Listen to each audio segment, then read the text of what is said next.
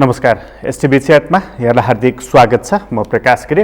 STV च्याटको आजको अङ्कमा हामी चर्चा गर्नेछौँ नेपालको आन्तरिक राजनीति र त्यसमा यो बाह्य कुराहरू, खास गरी भारतसँगको सम्बन्धको विषय अहिले फेरि चर्चाको शिखरमा रहेको छ र भारतको एउटा एजेन्सी भनौँ रको प्रमुखले प्रधानमन्त्री केपी शर्मा ओलीलाई भेटेपछि र लगत्तै भारतको सेनापति नेपाल आउँदै गरेको यी दुई प्रसङ्गले भारतसँगको सम्बन्धको बारेमा पुनः नेपालमा चर्चा चलिरहेको छ र रको प्रमुखको नेपाल भ्रमणलाई लिएर नेपालमा जति चर्चा भएको छ भारतमै पनि चर्चा भइराखेको छ कि त्यो भेटमा किन भारतीय दूतावासलाई संलग्न गराइएन भनेर त्यहाँ पनि चर्चा बहस विश्लेषण भइराखेको छ र त्यही क्रममा अमेरिकाको एउटा उच्चस्तरीय नै भनौँ त्यो भ्रमण पनि भएको छ दिल्लीमा, जुन कुराको असर हाम्रो नेपालमा कति पर्न सक्छ, खास गरी चीनको बढ्दो प्रभावलाई रोक्ने गरी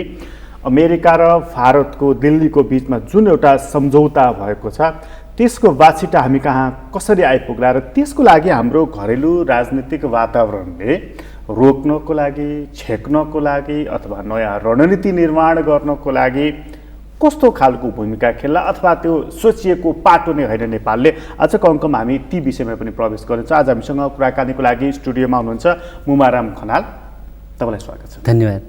यो पछिल्लो चरणमा चाहिँ यो मानिसले हुन त कोरोना र दसैँको चर्चा गरिराखेका थिए, वात्तै मार्केट चाहिँ यो र बालुवाटारमा पसेपछि यति ठुलो हङ्गामा भइराखेको छ नेपालमा कि त्यत्रो ठुलो विशेष विमानबाट नेपाल आउनुपर्ने, प्रधानमन्त्रीलाई भेट्नुपर्ने, त्यहाँ परराष्ट्र मन्त्रालयको संलग्नता नहुने, भारतीय दूतावासको पनि नहुने, यो के हो भनेर खुब चर्चा चलिराखेको छ। मैले यसो हेर्दै थिएँ भारतमा पनि खुब चर्चा चलिराखेको रहेछ यो विषयमा, उनीहरू पनि यस्ता खालका लेख रचनाहरू ल्याइराखेका रहेछन्। तपाईँले अब यो दसैँमा त यसो हेर्ने बुझ्ने अवसर पनि पाइयो, समय पनि भयो, यो वास्तवमा यो र घुसेको चाहिँ यो कति रहस्यमय कुरा हो अथवा यसले के सङ्केत गरेको पाउनुभयो तपाईँले? नेपालको सन्दर्भमा त यसलाई चाहिँ त्यति अस्वाभाविक कुरा चाहिँ म ठान्दिनँ होइन। यसभन्दा अगाडि पनि धेरै प्रकरणहरू नेपालका प्रधानमन्त्रीको तहमा, अरू मन्त्रीहरूको तहमा, विभिन्न चाहिँ प्रतिपक्षी नेताहरूको तहमा यो एजेन्सी लेभलका सम्बन्धहरू जुन छन् ती सम्बन्धहरू नभएको आज एकाएक भएको होइन।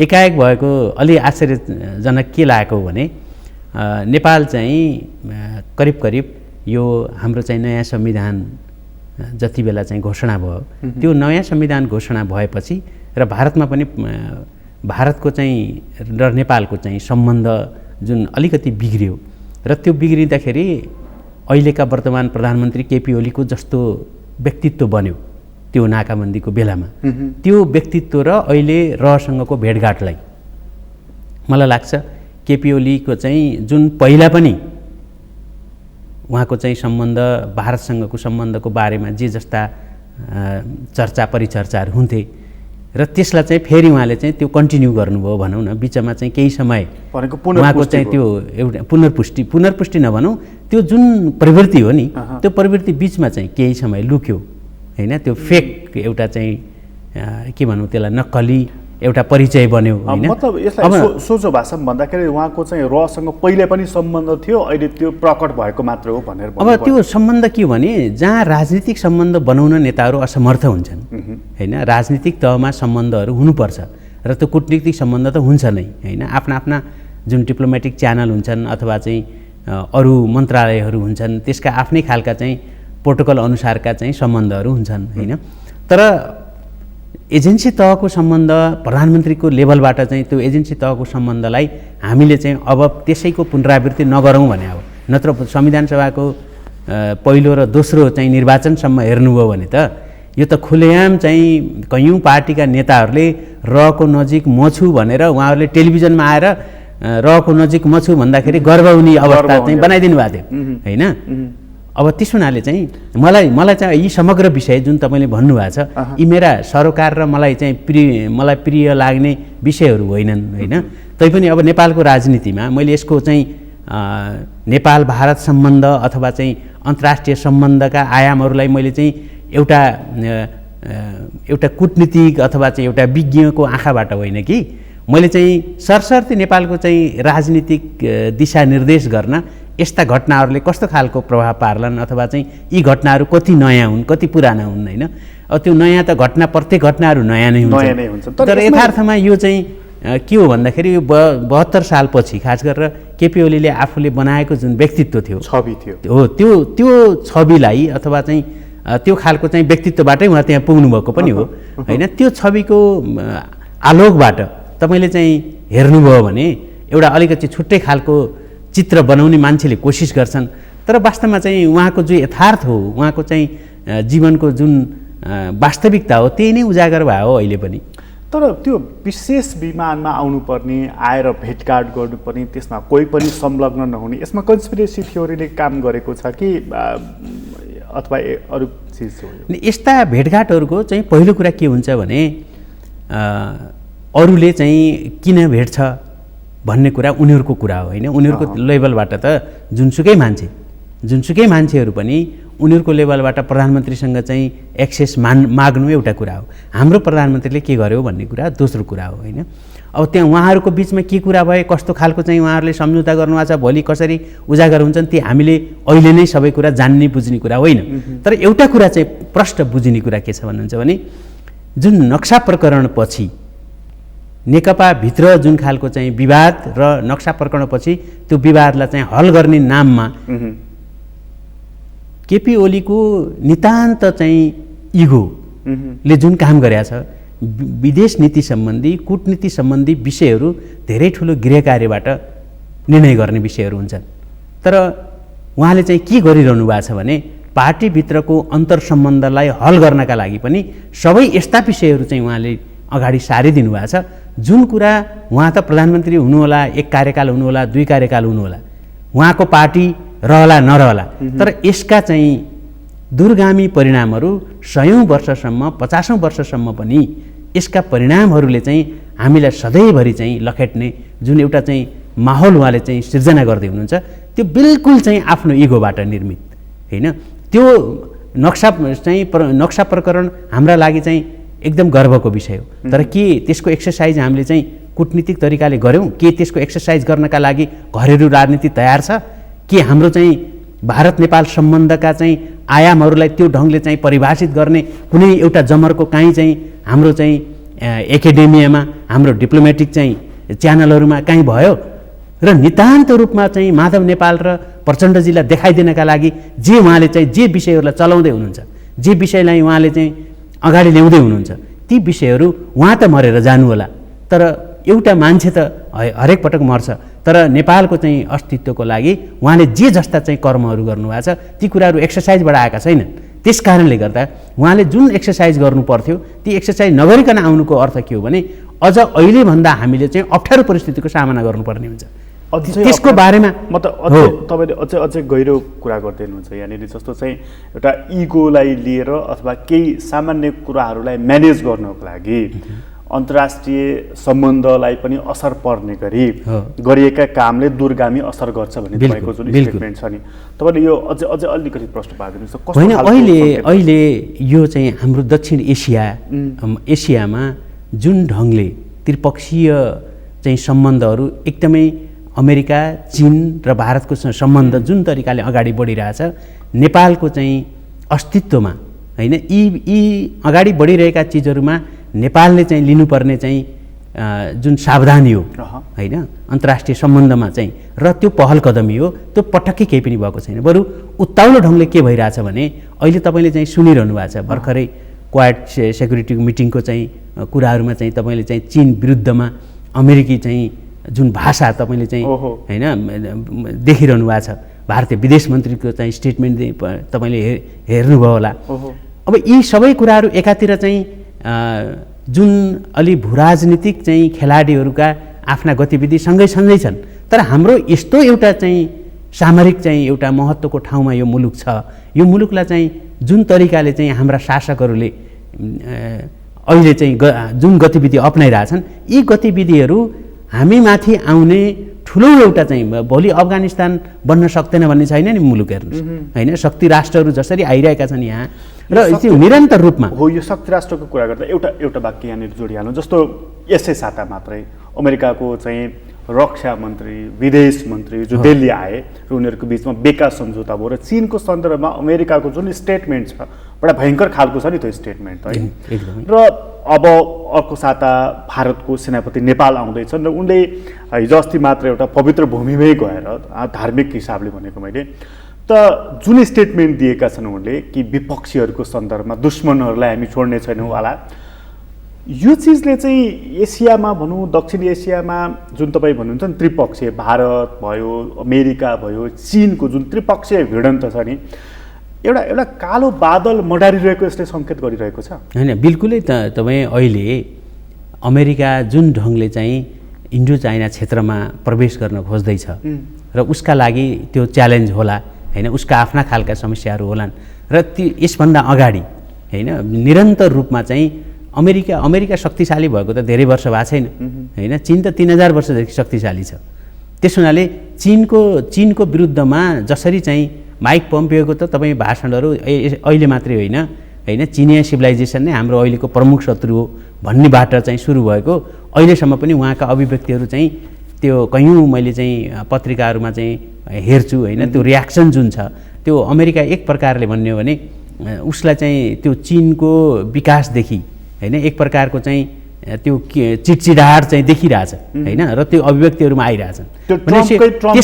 त्यसका चाहिँ त्यो वैदेशिक मामलाका जानकारहरूले यसको बारेमा अलि बढी व्याख्या गर्ला। तर मैले के भन्छु भने राजनीतिले जुन दिशा लिनुपर्छ होइन, कूटनीति भनेको त अन्ततः राजनीति हो हेर्नुहोस् होइन, विकास भनेको पनि राजनीति हो।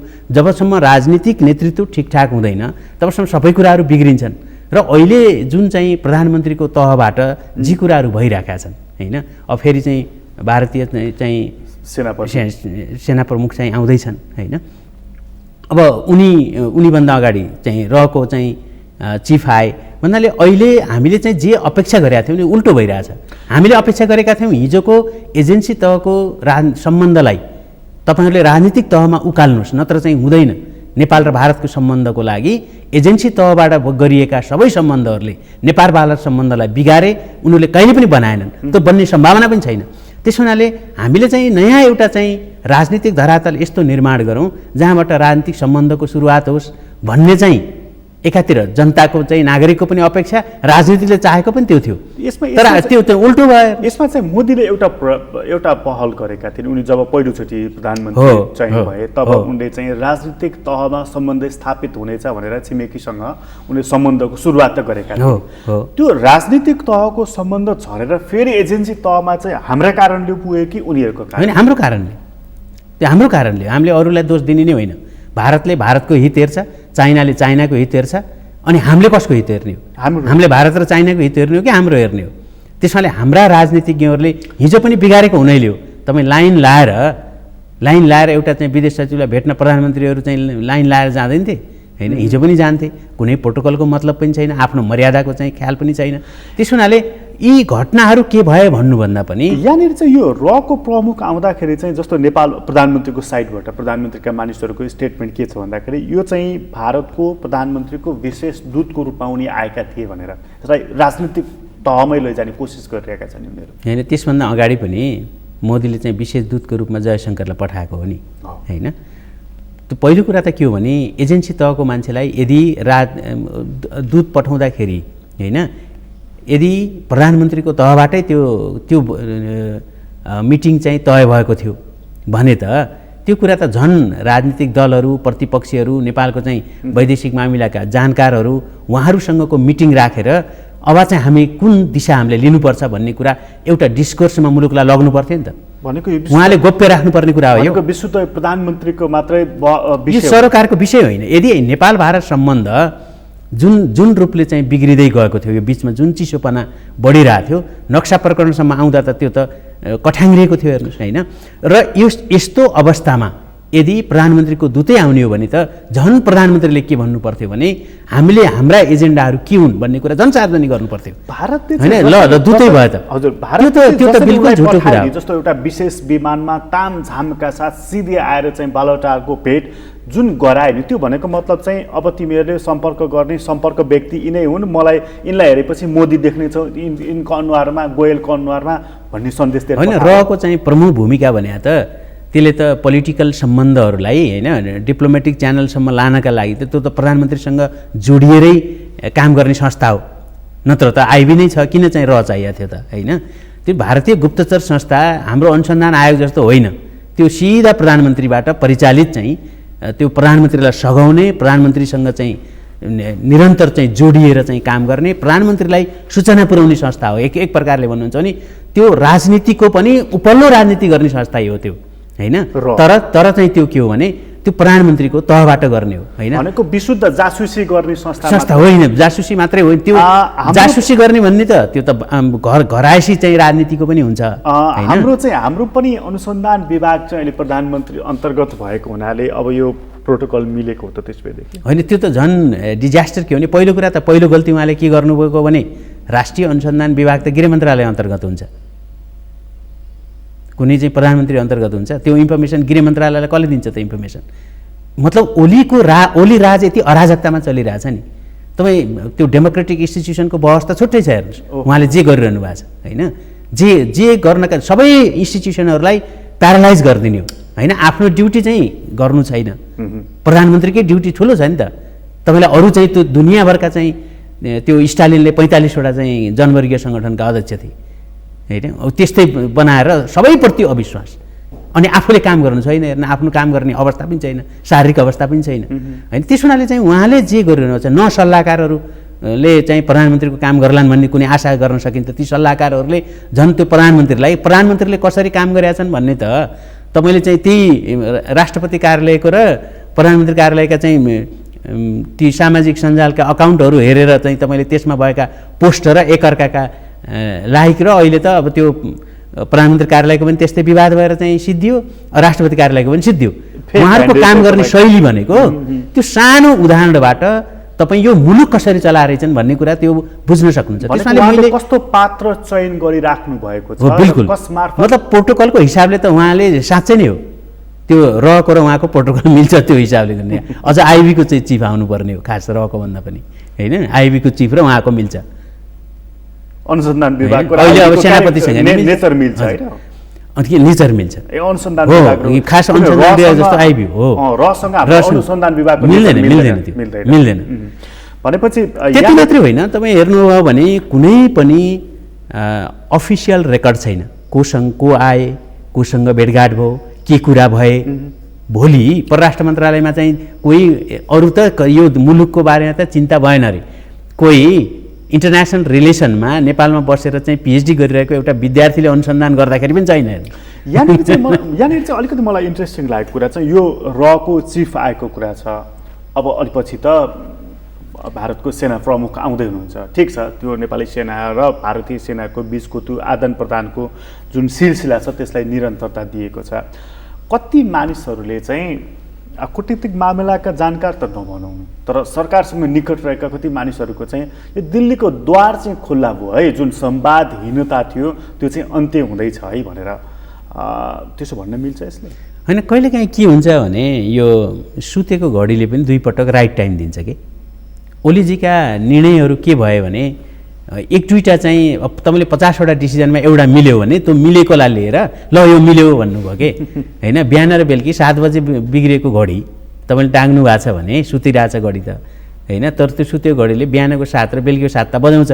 त्यही हुनाले यो ठिक हो भनेर चाहिँ ओलीजीले जुन दाबी गरिरहनु भएको छ त्यो बिल्कुल गलत कुरा हो। किनभने द्वार खुल्नु पनि द्वार कसरी खुल्यो त?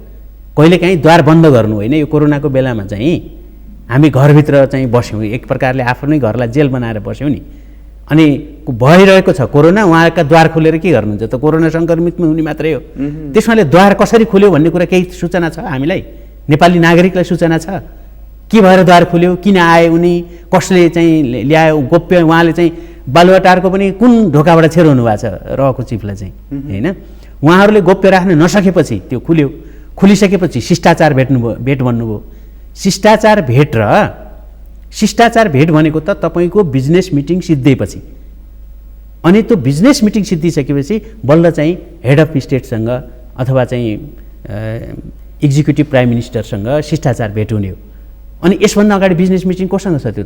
त्यसो भए पहिलो कुरा त उहाँले झुटो बोल्नुभयो होइन। त्यो झुटोको चाहिँ स्टेटमेन्ट चाहिँ उहाँको प्रेस सल्लाहकारले प्रेस नोट भनेर जारी गर्नुभयो, त्यसमा शिष्टाचार भेट बनियो। यदि राजदूतको चाहिँ के अरे प्रधानमन्त्रीको विशेष दूत बन्नुभयो, पछि फेरि एउटा गल्तीलाई छिपाउनको लागि अर्को गल्ती। यदि शिष्टाचार भेट हो भने बिजनेस मिटिङ कोसँग हो भन्ने कुरा चाहिँ खुलाएर भन्नु पर्यो। बिजनेस मिटिङ योसँग थियो, त्यस कारणले शिष्टाचार भेट हो। र प्रमुख आएर चाहिँ हाम्रो चाहिँ स्टेटलाई थाहा नदिकन जो पाइला भेट्न पाउँछ त होइन। अहिले स्टेटमेन्ट निकाल्दै हिँडेका छन् नेताहरू, हेर्नुहोस् होइन कस्तो चाहिँ अब समस्या छ। अब उनले भेटेका छन् कि छैनन् त, अब नभेटेको छटपट्टि हो कि साँच्चै नभेटेको हो हामीले बुझ्न सकेका छैनौँ त्यो स्टेटमेन्ट पनि। त्यसमाले समस्या कहाँनिर हो भने हाम्रो राजनीतिले जब बाटो बिराउँछ, त्यो बाटो बिराइसकेपछि उहाँहरूले चाहिँ जो झुटो बोल्नुपर्छ। अब फेरि प्रधानमन्त्रीको विशेष दूत भन्नुभयो।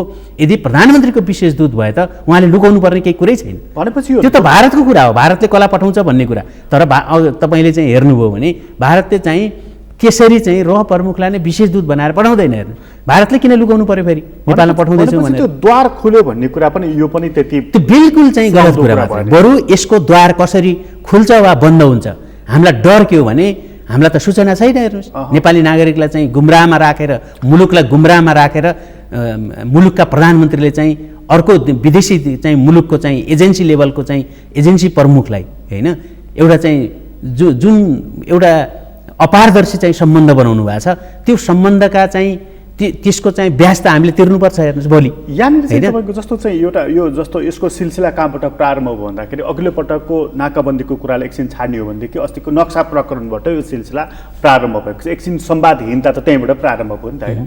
अब भारतले नक्सा जारी गर्यो हाम्रो भूमिलाई समेटेर, हामीले पनि चुच्चे नक्सा जारी गर्यौँ यो हो हाम्रो भूमि भनेर। अब यो सिलसिलापछि चाहिँ त्यो नक्सा प्रकरण चाहिँ कहाँ पुग्ने भयो त? त्यो जमिनको प्राप्ति त हाम्रो मूल उद्देश्य हो, मूल चाहिँ चाहना हो होइन। अब हाम्रा चाहिँ अहिले जुन चाहिँ अपारदर्शी सम्बन्ध गप्य बैठक देख्नु भएको छ नि, यसको मतलब चाहिँ एउटा प्रश्न के भयो भने प्रधानमन्त्रीको दूत भनेर चाहिँ उहाँहरूले जे भन्नुभयो त्यो होला नहोला आफ्नो ठाउँमा छ।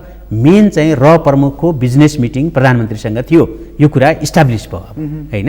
त्यो कुनै शिष्टाचार भेट थिएन। बिजनेस मिटिङ र शिष्टाचार मिटिङ भनेर छुट्टै हुन्छ होइन। तपाईँ एजेन्डा केन्द्रित मिटिङ भन्नुहोस् न होइन, बिजनेस मिटिङ नभन्नुलाई। एजेन्डा केन्द्रित मिटिङ चाहिँ यदि कसैसँग थियो भने प्रधानमन्त्रीसँग शिष्टाचार भेट हुने हो। एजेन्डा केन्द्रित मिटिङ नै प्रधानमन्त्रीसँग भइसकेपछि त्यसका चाहिँ के कुरा भए, के खालको सम्झौता भएको छ त्यो कुरा उहाँले केही पनि भन्नुभएको छैन होइन। उहाँले चाहिँ के सन्देश पठाउनु भयो अथवा प्रधानमन्त्रीलाई होइन, ती सन्देशहरू धेरै कुरा त लिखितम नहुँदै होइन, कैयौँ कुराहरू के हुन्छ भने लिखितमसम्म पुग्नका लागि चाहिँ त्यो वातावरण चाहिँ जुन तयार हुन्छ नि। अब त्यो नक्सालाई त हामीलाई पनि दिन सक्लान्, ल हामीलाई नै सानो कुरा हो, तर त्यो ठाउँ जुन चाहिँ ठाउँ छ त्यो चाहिँ चीन, नेपाल र इन्डियाको लागि, नेपालका लागि त त्यो एउटा दुर्गम ठाउँ मात्रै छ किनभने हामीले उपयोग गरेकै छैनौँ कहीँ पनि होइन। उत्तरतिर हामीले कहाँ उपयोग गरेका छौँ र इन्डियातिर पनि हामीले कहाँ उपयोग गरेका छौँ र ठाउँहरू जुन स्ट्राटेजिक ठाउँहरू छन् भन्ने होइन। बिचरा चाहिँ अलिकति हामीले चाहिँ आर्मी लगेर राख्ने अलिकति पुलिस लगेर राख्ने भएको त छैन। हेर्नुहोस् त्यसमाले त्यो स्ट्राटेजिक पोइन्ट हो भने त्यो त इन्डिया र चाइनाले उपयोग गर्छन् त्यसलाई होइन। नेपालसँग एउटा सम्झौता गर्लान् होइन। आदि इत्यादि प्रकारका चाहिँ सम्झौता भए पनि भोलि चाहिँ त्यो नक्सा हाम्रैतिर भए पनि प्रयोग चाहिँ अरूले गर्ने चाहिँ परिस्थितिहरू पनि होला होइन। तर यसको चाहिँ जुन एउटा पारदर्शी ढङ्गले यो उहाँले चाहिँ के कुरा गर्नुभयो, किन आउनुभयो, के भयो भन्ने कुरा उहाँले त फेरि यो देशवासीका नाममा चाहिँ सन्देश दिन असाध्यै रहर गर्नुहुन्छ। तर त्यहाँ चाहिँ हुन्छ के भन्दाखेरि कुण्ठा मात्रै, प्रतिक्रिया मात्रै। यस्ता कुराहरू पो आउनु यो राष्ट्रको नाममा सन्देश त हाम्रो चाहिँ जुन चाहिँ कूटनीतिक सम्बन्ध यसरी बिग्रेको थियो, मैले चाहिँ एउटा पहल लिएँ, त्यो लिनका लागि प्रमुख भए पनि मैले चाहिँ गरेर यो कुरा गरेँ मैले भनिदिने हो भने त यसका क्रिया प्रतिक्रियाहरू त त्यही समाप्त हुन्छ। भनेपछि उहाँले यो कुरा जति गुमराहमा राख्नुहुन्छ, जति प्रश्नसँग भन्नुहुन्न यहाँनिर चाहिँ मानिसले होइन। मलाई त अझ चाहिँ कहाँनिर चाहिँ मलाई चाहिँ चिन्ता हो भन्नुहुन्छ भने यस्तो चाहिँ वैदेशिक मामिलाहरू अहिले चाहिँ जुन खालले नेपाल चाहिँ जुन स्थानमा रहेर अन्तर्राष्ट्रिय दबावहरूको ठाउँमा पनि छ होइन, किनभने चीन अमेरिका भारत सम्बन्धको दबावमा चाहिँ नेपाल रहिरहन्छ। र यस्तो बेलामा उहाँको चाहिँ जोड के छ भने त्यो प्रधानमन्त्री र पार्टी अध्यक्षका लागि चाहिँ जो उहाँहरूको अन्तर्पार्टी सङ्घर्ष छ नि, त्यो अन्तर्पार्टी सङ्घर्षबाट निश्चित छ के म प्रधानमन्त्री रहिरहन पर्यो भन्नेबाट निश्चित छ। खतरनाक कुरा त्यो हो। र उहाँको चाहिँ यी सबै कुराहरूलाई चाहिँ उहाँले प्रयोग कहाँ गरिरहनु भएको छ भने त्यो प्रचण्ड र माधव नेपाल पक्षलाई चाहिँ साइजमा राख्नु, भनेपछि पार्टीभित्रको आन्तरिक कलहलाई निस्तेज गर्नको लागि वैदेशिक सम्बन्ध पनि प्रयोग गरिरहेको होइन। उहाँलाई चाहिँ अन्तिममा ल तपाईँ अस्ति भर्खरैको कुरा हेरौँ न, जति बेला पार्टीभित्र प्रधानमन्त्री र अध्यक्षबाट हट्ने चाहिँ त्यो पनि उहाँहरूको पनि घुर्की हो होइन। उहाँहरूले पनि त्यो ठुलो चाहिँ फोर्स उहाँहरूसँग भएको भए त उहाँहरूले एकैचोटि हटाउनको लागि, पार्टी अध्यक्ष हटाउनको लागि चाहिँ उहाँहरूले 50 पटक सचिवालय मिटिङ बस्दै अनिर्णय हुँदै बस्नुहुने थिएन होइन। उहाँहरूले एकैचोटि केन्द्रीय समितिको मिटिङ बोलाएर पार्टी अध्यक्षबाट हटाउन सक्नुहुन्थ्यो। र अर्को कुरा, यदि संसदीय दलमा चाहिँ हाम्रो बहुमत छ भन्ने भएको भए त प्रधानमन्त्रीबाट हटाउनको लागि उहाँले संसदीय दलको मिटिङ बोलाउनुहुन्थ्यो। त्यो चाहिँ उहाँहरूले सक्नु भएन, किन उहाँहरूलाई पनि विश्वास छैन क्या त्यो। तर ओली चाहिँ बाहिर भित्रबाट होइन कि, ओली भित्र चाहिँ बलियो र कमजोरको कुरा होइन। बाहिरबाट जब ओलीले डेलिभरी गर्न सकेनन्, ओलीले चाहिँ कुनै सेवा प्रवाहमा चाहिँ लापरवाही भए, ओलीको सत्ता चाहिँ निकममा भयो, त्यसपछि चाहिँ बिस्तारै कोभिडपछि आलोचना बढ्दै गयो। र एक प्रकारले भन्ने हो भने ओलीलाई चाहिँ भित्रबाट होइन कि बाहिर चाहिँ नागरिकको अविश्वासले चाहिँ त्यो प्रधानमन्त्रीबाट हट्लान् भन्ने स्थिति आउँदा बित्तिकै उहाँले नक्सा प्रकरण ल्याइदिनु हो। भनेपछि पार्टीको आन्तरिक समीकरणमा उहाँ धेरै तलबितल भएको छैन, तर नागरिक स्तरमा सरकारको वैधतामाथि प्रश्न उठ्यो हो होइन। चुनावी म्यान्डेट त उहाँलाई छ, तर नागरिकले दिएको म्यान्डेट भने त महत्त्वपूर्ण कुरा हुन्छ नि, अविश्वास त धेरै ठुलो कुरा हुन्छ। त्यसपछि उहाँले नक्सा प्रकरण ल्याउनुको त्यसपछि कि यसभन्दा अघिल्लो दृष्टान्तलाई पनि तपाईँले सँगै जोडेर हेर्न सक्नुहुन्छ नि। जति बेला संविधान निर्माण हुँदाखेरि 3 महिना चाहिँ संविधान चाहिँ 3 महिना रोकौँ भन्ने जुन चाहिँ प्रस्ताव मधेसी दलहरूले अरू अब भारतको पनि थियो भन्थे होइन, त्यो बेला उहाँ हतार चाहिँ होइन आजै चाहिँ जारी गर्नुपर्छ भन्नुको कारण त त्यहाँ पनि प्रधानमन्त्री थियो क्या। त्यो संविधान जारी गर्नु त्यति बेला नराम्रो थिएन भनेर मैले भन्दिनँ होइन। तर तपाईँ चाहिँ 10 वर्षसम्म चाहिँ उहाँहरू कलह र चाहिँ झगडा गरेर बस्न मिल्ने होइन, 3 महिना साह्रो नमिल्ने त थिएन नि। तर सुशील कोइरालासँग चाहिँ तुरुन्त प्रधानमन्त्री बन्ने सम्झौता थियो होइन।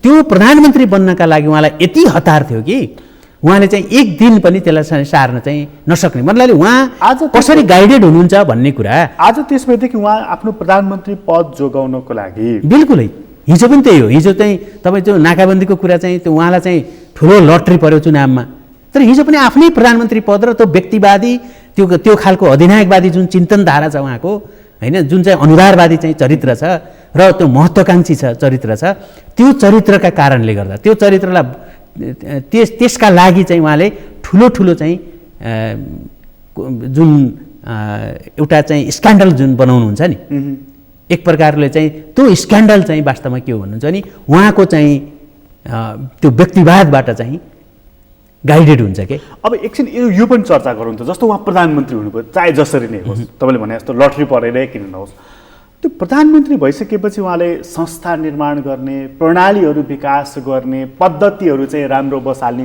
त्यो काम चाहिँ कतिको? त्यो चाहिँ भत्काउने, उहाँको कामै के हो भने ती कुराहरूलाई भत्काउने हो। उहाँले पहिलो कुरा उहाँ संघीयता विरोधी हुनुहुन्थ्यो पहिलेदेखि नै होइन। त्यो संघीयता नेपालको अहिलेको जुन चाहिँ ल्याङफ्याङ संघीयता छ यस्तो संघीयता भनेको पनि होइन होइन। यस्तो यो अनडिफाइन्ड उहाँले भने जस्तो प्रदेशहरू चाहिँ युनिट हुनु पनि हो। उहाँ अब त्यो संघीयताको मर्म भन्नु न जे हो त्यसको विरुद्धमा हुनुहुन्छ। सङ्घीय सरकारलाई चाहिँ सबभन्दा बलियो बनाउनुपर्छ र चाहिँ प्रदेशहरू केही पनि होइनन्, ती त मैले जे भन्छु त्यही मान्ने इकाइ मात्रै हुन्। हिजोका जिल्ला जति पनि छैन, तपाईँ अहिले हेर्नु त्यो प्रदेशको चाहिँ अधिकार जिल्लाको जति पनि छैन। भनौँ न सिडिओ नै पावरफुल छ। अहिले पनि त तपाईँको यो निषेधाज्ञा लगाउने अधिकार त सिडिओलाई छ नि। त्यसैले उहाँको चाहिँ के देख्छु भने प्रधानमन्त्रीको जहिले पनि आफ्नो चाहिँ जुन इगो छ त्यो इगोलाई केन्द्रमा राखेर उहाँले यस्ता मुद्दा चलाइदिनुहुन्छ। अरू त चलाउनुहोस्, आफ्नो पार्टी चलाउनुहोस्, अरू चलाइदिनुहोस्, तर उहाँले कस्तो चिज चलाइदिनु भयो भने जुन चलाउँदा बित्तिकै त्यो सिस्टम नै कोल्याप्स हुने के होइन। गाडीको इन्जिन सिज भयो भने त अरू त चल्दैन नि, हेर्नुहोस् कस्तो राम्रो हर्न बजाएको छ भनेर त भएन होइन, गाडीको त इन्जिन चाहियो।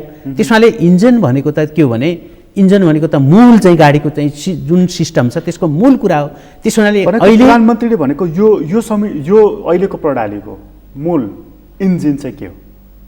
होइन, अहिलेको प्रणालीको इन्जिन त हाम्रो चाहिँ संसदीय व्यवस्थाले जुन चाहिँ इन्स्टिट्युसनहरू बनाएको छ त्यो इन्स्टिट्युसनले मात्रै होइन, संसदीय व्यवस्था चल्ने त बाहिर, लोकतन्त्रका त धेरै कुराहरू त बाहिर पनि हुन्छन्। जस्तै मिडियालाई चौथो अङ्ग भन्छ, यहाँ चाहिँ ओलीजीको नियन्त्रण त छैन, सरकारको छ, ओलीजीको व्यक्तिगत नियन्त्रण त छैन नि। उहाँ प्रधानमन्त्री हुँदाखेरि एउटा इन्स्टिट्युसनल नियन्त्रण हुन्छ के, एउटा नियन्त्रण चाहिँ संस्थागत चाहिँ भनेको उहाँले आधारभूत रूपमा लोकतन्त्रको मर्ममा नै प्रहार गरिराख्नु भएको हो।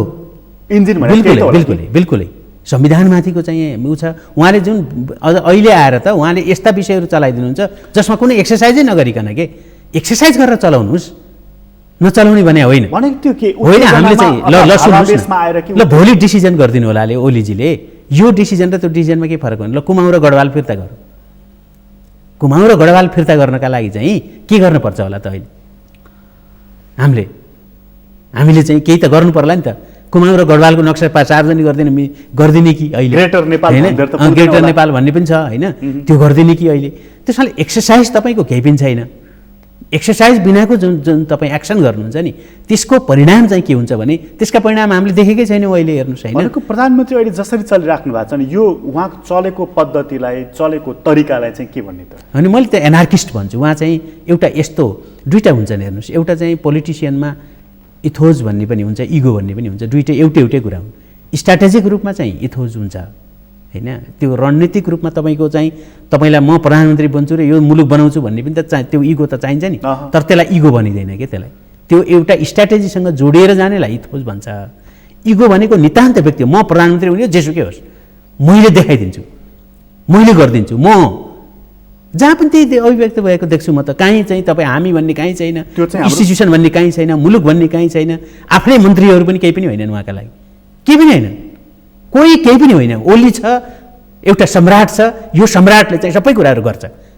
सम्राट बिरामी छ, हेर्नुहोस्, वरिपरि चाहिँ जुन सुण्डमुण्डहरू छन्, अब तिनीहरूको कुनै विश्वास गर्ने लायक छैन, नत्र गतिविधिहरू तपाईँ हेर्नु भएको छ नि होइन। केही मान्छे राम्रो मान्छे गए पनि त्यहाँ गर्न सक्ने अवस्था छैन, हेर्नुहोस्। मतलब किनकि त्यो इन्स्टिट्युसनलाई चाहिँ सपोर्ट गर्ने त्यहाँ त हकार्ने मान्छे मात्रै सल्लाहकार हुन्छ। होइन, तर घर्षण त हुन्छ नि, त्यो त विज्ञानको नियमै हो नि त। त्यो त होइन, त्यो घर्षण पनि देखिएन। होइन, घर्षण चाहिँ उहाँहरूको पार्टीभित्र हो। ओलीजीको एउटा चाहिँ व्यक्तिगत नेचर के छ भने उहाँलाई स्तुति गर्ने, राणा शासनको बेलामा चाहिँ त्यो चाकरी गर्ने भन्ने एउटा चाहिँ पेसै हुन्थ्यो मान्छेहरूको होइन। राणाको चाहिँ जब सवारी हुन्थ्यो त्यो सवारीमा चाहिँ महाराज की जय हो भन्ने चाहिँ जो चाँडै देखियो उसलाई जागिर मिल्थ्यो के।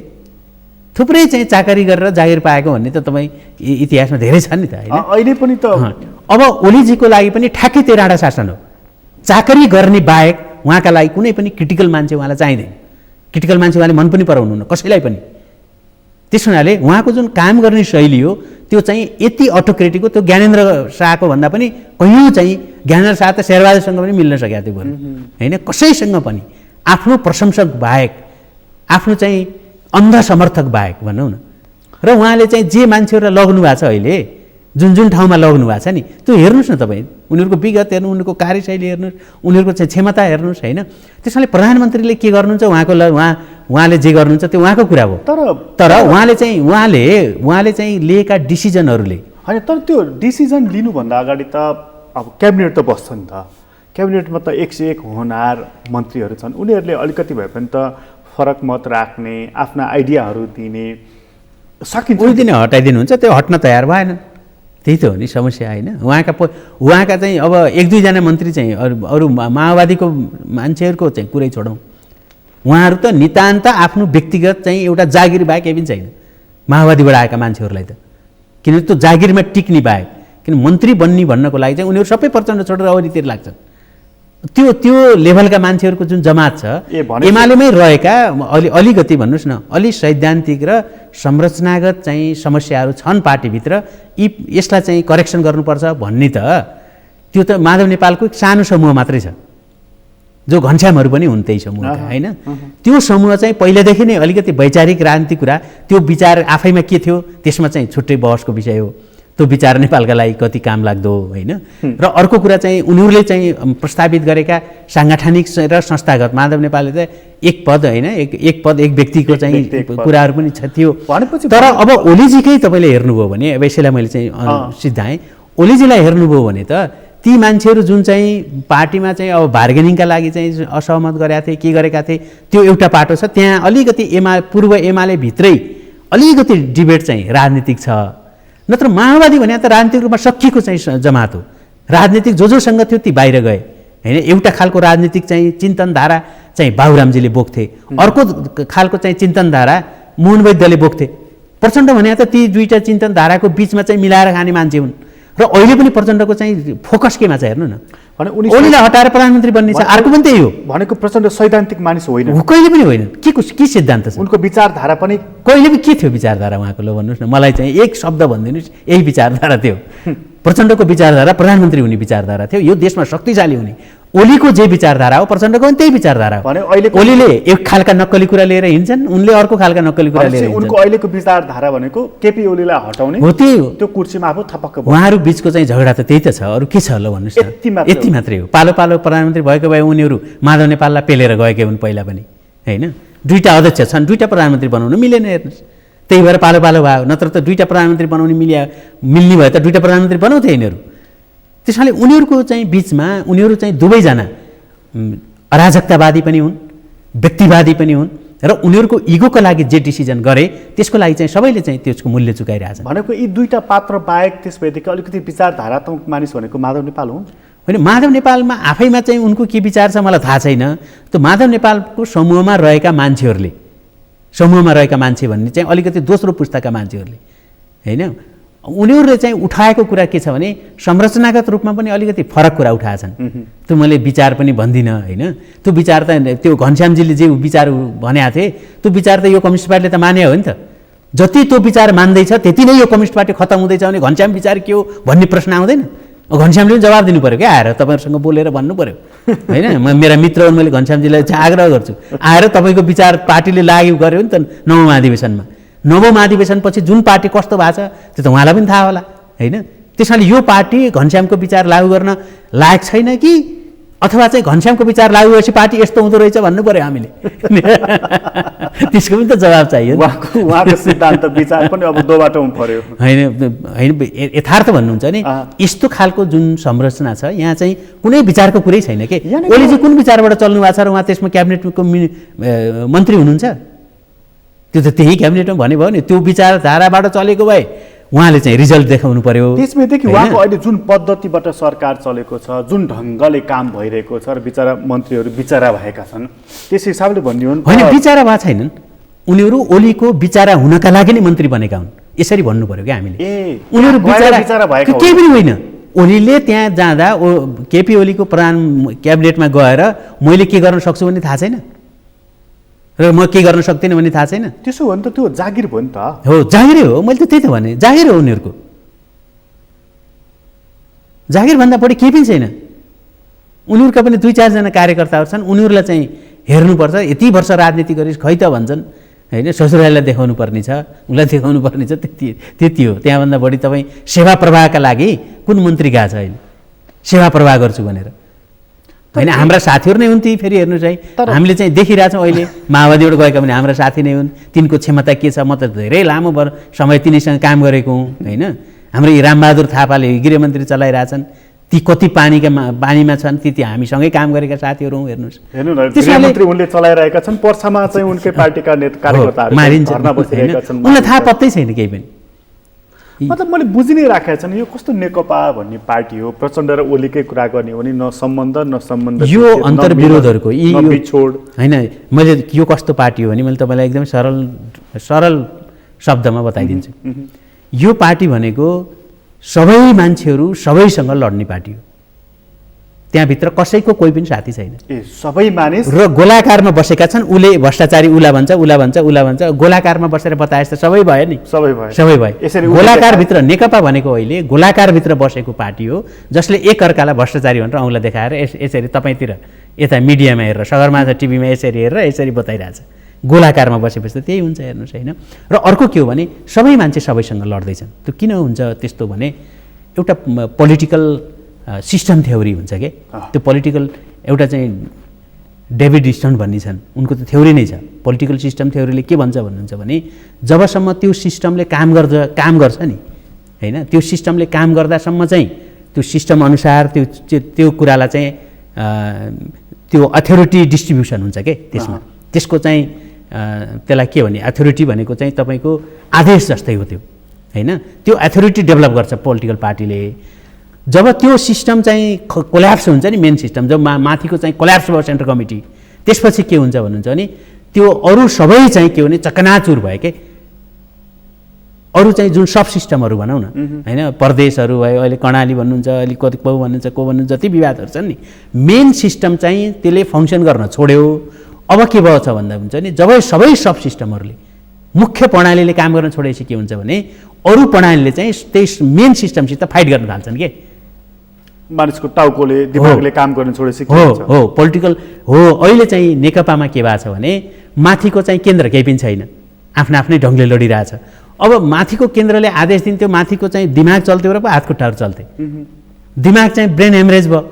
अनि त्यसपछि के हुन्छ, अब हात कता चलेको छ थाहा हुन्न, जिब्रोले लिएको स्वाद थाहा हुन्न, सबै आफै एक्टिभ भए। जो एक्टिभ नहुनु पर्थ्यो कुनै कुराको तालमेल भएन, सबै आफ्नो ढङ्गले चले। कोही बेला बाजेका छन्, कोही बेला मिलेका छन्, कोही बेला हाँसेका छन्। त्यसैले अब उहाँहरूको चाहिँ यो तपाईँले जुन अघि यो गोलाकारमा औँला देखाउने भन्नुभएको छ नि, खास गरी यो भ्रष्टाचारको सन्दर्भमा पनि फलानु भ्रष्टाचारी हो भन्यो, फलानु चाहिँ एकदम अराजक हो भन्यो, के भन्यो, फलानु सामन्ती भन्यो। बाबुरामजीले पनि देखाए नि औँला चाहिँ होइन। बाबुरामजीले जे भन्नुभएको छ एउटा प्रधानमन्त्रीको तहबाट ती कुराहरू आएको छ भने त्यसलाई सिरियसली त्यसलाई चाहिँ छानबिन गर्नु पर्यो होइन, सिरियसली छानबिन गर्नु पर्यो।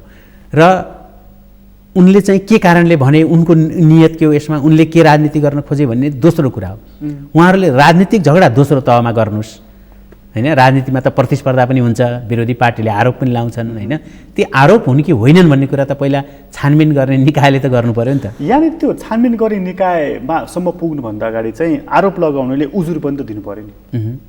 उजुरी होइन, उजुरीहरू कतिपय दुईवटा कुराहरू हुन्छन् कि। त्यो उजुरी दिने एउटा चाहिँ त्यो नितान्त टेक्निकल कुरा हुन्छ होइन, उजुरी दिने त्यो टेक्निकल कुरा भनेको तपाईँ गएर ल यसले भ्रष्टाचार गर्यो यसो गर्यो त्यतिको क्लु पाएपछि चाहिँ जो जुन कतिपय कुराहरू चाहिँ त्यो उजुरी भन्दा माथिल्ला हुन्छन् कि क्रियाशील हुनु पर्यो। कतिपय कुराहरू त्यो उजुरी दिने भन्दा माथिल्ला कुराहरू हुन्छन् होइन। ती माथिल्ला कुराहरूलाई त तपाईँले चाहिँ त्यो उजुरी दिएको छ कि छैन भनेर होइन नि त। त्यसमै बाबुराम भट्टराईले 9 अरबको कुरा गरिसकेपछि बहालवाला प्रधानमन्त्रीलाई पनि त्यसमा मुछिसकेपछि यो स्वतः छानबिनको विषय हो। स्वतः छानबिनको विषय हो नि यो त। तपाईँ पूर्व प्रधानमन्त्री कि त बाबुरामजीलाई कारवाही गर्नु पर्यो।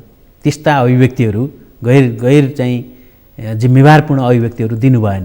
भोलि सेना प्रमुखले रिटायर हुने बित्तिकै जे पायो त्यो चाहिँ त्यहाँ उसमा सुरक्षा फौजमा रहेका कुराहरू भन्न मिल्छ? कतिपय कुराहरू त्यो भन्यो भने प्रधान सेनापति कुनै एउटा प्रधान सेनापतिले त्यहाँ चाहिँ अरबौँ भ्रष्टाचार भएको छ सेनामा भनेर भन्यो भने अनि छानबिन नगर्ने? त्यो चाहिँ त्यसमा यो छानबिनको विषय हो। छानबिनको विषय हो। तर कतिपय कुराहरूको चाहिँ विषयवस्तुको गम्भीरता र त्यति बेलाको समय र त्यो केसहरूले नै त्यो उजुरी बनाउँछन् कि राष्ट्रिय चाहिँ बहसको विषयलाई एउटा कतिपय मानिसले चाहिँ के भने पनि सुन्छु भने यदि यो छानबिनको विषय हो र छानबिनतर्फ गयो भनेदेखि चाहिँ कारबाही चाहिँ प्रचण्डजीलाई होला, अर्कोलाई होला, माधव नेपाललाई होला, सबै नै भ्रष्टाचारीहरू सबै नै छन्। भ्रष्टाचार उनीहरूको पार्टी कसरी चलेको छ र होइन। तपाईँ चुनावमा हेर्नुभयो भने उनीहरूको अगाडि पछाडि भोट माग्दै हिँडेको कसले हुन्छ? हरेक पार्टीका नेताहरू। मुद्दालाई क्यास गर्न त केपी ओली बडा माहिर छन् नि। अघि तपाईँ जुन भन्दै हुनुहुन्थ्यो नि, कुन बेला कुन मुद्दा कसरी उठाउने र त्यो प्रयोग गर्ने भन्ने हतियारको रूपमा भन्ने कुरामा त बडा चतुर देखिए नि केपी ओली। यो भ्रष्टाचारको मुद्दामा पनि के लाग्छ भने क्यान्टोनमेन्टको कुरा उठाएर प्रचण्डजीलाई अप्ठ्यारो पार्ने, बालुवाटारको कुरा उठाएर माधव नेपाललाई अप्ठ्यारो पार्ने कुराको लागि त उनी स्वतन्त्र छन्, खुल्ला छन् नि। होइन, सबै कुरा नै तपाईँ राजनीतिले अहिले के गरेको छ भने प्रतिशोध छ के राजनीतिमा। त्यो प्रतिशोध भएपछि प्रतिक्रियाहरू छन् धेरै। त्यसै हुनाले त सेवा प्रवाहमा मुलुक चाहिँ यो हदसम्म होइन 2/3 बहुमत ल्याएर समृद्ध मुलुक बनाउँछु भन्ने चाहिँ हाम्रा नेताहरूले कि त समृद्धि भनेको उहाँहरूले देखेको समृद्धि यही थियो होइन। अहिले जे भइरहेछ यही नै समृद्धि हो भन्ने परिभाषा पनि हुनसक्छ उहाँहरूको एउटा, या त र उहाँहरूले समृद्धि भनेको यही त हो, यी समृद्धि आयो त होइन, त्यसो नि भन्न सक्नुहुन्छ। या त चाहिँ उहाँहरूको चाहिँ त्यो समृद्धिको भिजन भनेको पार्टी ठुलो भइसके स्वतः हुन्छ भन्ने थियो होइन। पार्टी चाहिँ ठुलो हुन्छ, हामीले नेतृत्व गरेपछि स्वतः समृद्धि आउँछ, सबैले चाहिँ हामीले चाहिँ डन्डा लगाएर अनुशासनमा राखेर काम गराउँछौँ भन्ने थियो कि होइन। त्यसमाले मैले चाहिँ भन्न खोजेको मात्रै के हो भने अहिले हाम्रो चाहिँ सरकार भनौँ न, हाम्रो सरकार, हाम्रा चाहिँ लोकतान्त्रिक चाहिँ संस्थाहरू, हाम्रा राजनीतिक दलहरू, यी तिनटैले काम गर्न छोडे के। त्यो काम गर्न छोडिसकेपछि के भयो भने सबैसँग सबैको चाहिँ टकराव मात्रै देखिन्छ के। अझ सबैभन्दा बढी टकराव चाहिँ त्यो इन्टेन्सिटी भनौँ न, त्यसको तीव्रता जहाँनिर चाहिँ इपिसेन्टर हो, त्यो इपिसेन्टर चाहिँ अब कम्युनिस्ट पार्टी नै भइहाल्यो। नेकपाभित्र बढी झगडा हुने भयो, किनभने काङ्ग्रेसभित्र त त्यो खालको झगडा गर्नको लागि त त्यहाँ त अहिले चाहिँ कुनै महाधिवेशन बाहेक अर्को कारण छैन, सत्ताको कारण छैन भनौँ न। त्यो सत्ताले गर्दाखेरि अर्को चाहिँ झगडा चाहिँ यता छ। अब यो टकरावले नि जस्तो नागरिक स्तरमा त एउटा अविश्वास, अघि तपाईँले जुन भन्नु भने सरकारप्रति नागरिकको अविश्वास रह्यो, मत पनि प्रकट गरे मानिसहरूले, कतिपयले बोले, कतिपयले त्यस्तो कोभिडको खण्डमा पनि जुलुस निकाले। अब यो जुन अविश्वासले त अनास्था पैदा गर्छ नि होइन, अनि त्यो त क्रमशः विद्रोहमा परिणत हुन्छ नि। अब माहौल त्यतातर्फ जान थाल्यो त्यसपछि हो। मलाई चाहिँ के लागिरहेछ भने यो कोभिडले गर्दाखेरि टोटल सोच्ने प्रक्रिया नै नागरिकको बदलेको छ कि अहिले। त्यो आर्थिक कारणले गर्दा होइन, कतिपय अवस्थामा चाहिँ हेर्ने हो भने त्यो एउटा चाहिँ खान नपाउने अवस्था छ एकातिर होइन, अर्कोतिर चाहिँ साना चाहिँ हाम्रा चाहिँ जुन घरेलु उद्योग हुन्, अलिकति मान्छेहरूलाई एङ्गेज गरेका थियो त्यो पनि ध्वस्त भएको छ। बाहिरबाट आउने रेमिटेन्स चाहिँ अझै घटेको छैन, त्यो चाहिँ अहिलेसम्म अझै घटेको छैन होइन, त्यो घट्ने सम्भावना प्रबल छ। त्यसपछि मान्छेहरूमा चाहिँ जुन एउटा अपेक्षा थियो त्यो अपेक्षा चाहिँ बिल्कुलै मरेर गएको छ। अब यस्तो अवस्थामा त कुनै विकल्पका लागि चाहिँ काम त हुन्छ होइन। अब त्यो विकल्प अहिले चाहिँ नेकपा जस्तो पार्टीलाई चाहिँ विकल्प दिनका लागि चाहिँ अब प्रतिपक्ष पनि सक्षम देखिएन। हेर्नुहोस्, उसले एजेन्डामा तमाम चाहिँ कुराहरूमा चाहिँ उसले हस्तक्षेप गर्न सक्थ्यो होइन, उसले ल्याएका एजेन्डाहरू त्यसमा पनि छैन, पटक्कै छैन। र उसले त्यसको चाहिँ पहल कदमी लिन सक्थ्यो होइन, त्यो पहल कदमी उसले लिने सम्भावना पनि छैन, किन त्यहाँको नेतृत्व नै त्यो नेकपाको भन्दा पनि खतम, अझ चाहिँ गतिशील। नेकपाको त आफै लड्नमा, आफ्नै भित्र लड्न चाहिँ गतिशील छन् उनीहरू होइन, बाहिर केही गर्न नसके पनि आफ्नै पार्टीभित्र गतिशील छन् क्या ती। तर यता त त्यो पार्टीभित्रको गतिशीलता पनि छैन होइन। त्यस हुनाले चाहिँ अब अर्को चाहिँ के हो भने अरू त कुनै शक्ति नै छैन जस्तो लाग्छ मलाई। भनेको यो विकल्प छैन भन्ने कुराले पनि कतै केपी ओलीलाई अथवा भनौँ सरकारलाई अलिकति मात चढेको त छैन कतै होइन। उनले विकल्प को छ, मेरो विकल्प हो, त्यो त हो नै छैन नै, पार्टीको पनि विकल्प, व्यक्तिको पनि हो। ओलीको चाहिँ सबैभन्दा ठुलो आत्मबलको कारण त्यो हो, छैन पनि। तपाईँ पार्टीभित्र उनलाई चाहिँ लाग्ने के हो भने त्यो सबभन्दा खतरा पार्टीभित्रको विकल्प हो, बाहिर त छँदै छैन भन्ने छ। बाहिर छँदा पनि छैन, हेर्नुहोस्, छँदा पनि छैन होइन। किनकि त्यो ओलीलाई के थाहा छ भने नि, मेरोभन्दा राम्रो प्रवृत्ति अरू भित्रका पार्टीको पनि छैन, अरूको पनि छैन, त्यो छैन पनि फेरि। खराब मध्येको होइन हो, बिल्कुल राम्रो हो, खराब अरे यी भन्दा त मै हुँ अझै पनि हो पनि। म त यही तपाईँको कार्यक्रम भन्छु, उनीहरूभन्दा कैयौँ कुरामा ओली चाहिँ त्यो ओली भन्दा पनि खराब भएर त हो नि यस्तो भएको होइन। विकल्प जस्तो विकल्पहीनताको अवस्था जुन आउँछ त्यो त झन् डरलाग्दो अवस्था हो। विकल्पहीनता भोलि चुनावै भएछ अरे भन्दै पनि त पब्लिकसँग के चोइस छ र? त्यही त होइन, उनले चाहिँ जुन हेर्छन् नि अरू प्रतिपक्षीलाई होइन, पार्टीभित्रका प्रतिपक्षीलाई, पार्टी बाहिरकालाई, त्यसपछि मभन्दा त यिनी अझ खतम छन् होइन। त्यसैले मैले चाहिँ म त डराउनु पर्ने के कारण छ र? हो, त्यो चाहिँ नागरिकको तहबाट त्यो विकल्प चाहिँ अब के हो भने मुलुकले विश्वास गरेका, यो मुलुकले विश्वास गरेका र त्यो इन्टिग्रिटी कायम गरेका 20 जना मान्छे पनि यो मुलुकमा चाहिँ 20-25 जना मान्छे जम्मा गर्न पनि गाह्रो रहेछ। त्यसमै चाहिँ अब के त जस्तो तपाईँ अनि ओली किन डराउनन् भन्ने त त्यो नागरिकको तहसम्म भन्नु न, मान्छे यो देशमा 20 जना देखाउने लायक मान्छे पनि भेटिन गाह्रो छ। त्यसमै अब यो संवैधानिक परिपाटीबाट त्यो जुन संवैधानिक जुन खेलको नियम जुन छ नि, चुनावमा जाने बढी मत ल्याउनेले सरकार चलाउने जुन हाम्रो खेलको नियम छ, अब योबाट भएन भनेर त्यसपछि अब यो अविश्वास बढ्दै बढ्दै बढ्दै माने सडकमा उत्रेर विद्रोहमा आउँछन् त्यसपछि।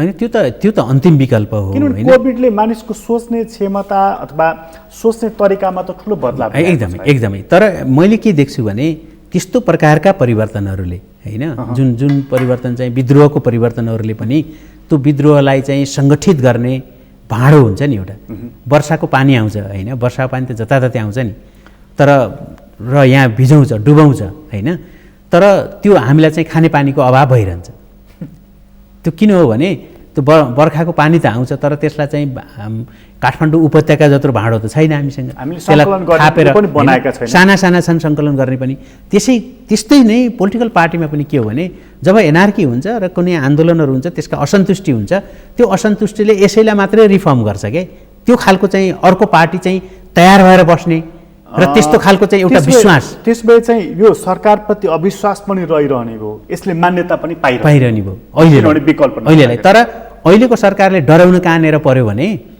परिस्थिति यसरी विषमतातिर जाँदैछ कि कैयौँ शासकहरूलाई त्यो त थुतेर सडकमा पनि त ल्याएछन् मान्छेहरूले त्यो भनेको त भिड होइन हो त्यो हुन्छ नि त्यो भनेको चाहिँ झन् अप्रिय अवस्था हो त्यो बेलामा चाहिँ वैदेशिक हस्तक्षेप हुने हाम्रै आन्तरिक राजनीतिक शक्तिहरूले यो समस्या समाधान गरे भने यो सजिलै समाधान हुन्छ भनेपछि मेरो हामीले समाधान छैन भनेर घमण्ड मात्र चढ्यो भनेदेखि चाहिँ नि अराजक स्थिति आउँछ किन अर्को वैकल्पिक चाहिँ त्यस्तो नेतृत्व हामीले देखेका छैन होइन त्यति बेला चाहिँ भिड हावी हुन सक्छ बेलैमा सम्मान गर्ने तर्फ सोच्नु चाहिँ बुद्धि बिल्कुल हस् तपाईँलाई धेरै धन्यवाद धन्यवाद आदरणीय दर्शक तपाईँलाई पनि धन्यवाद आज हामीले कुराकानी गऱ्यौँ मुमाराम खनालसँग उहाँसँगको कुराकानी अहिलेलाई यति नै एसटिभी च्याटबाट म प्रकाश गिरीलाई बिदा दिन सगरमाथा टेलिभिजन हेर्दै गर्नुहोला नमस्कार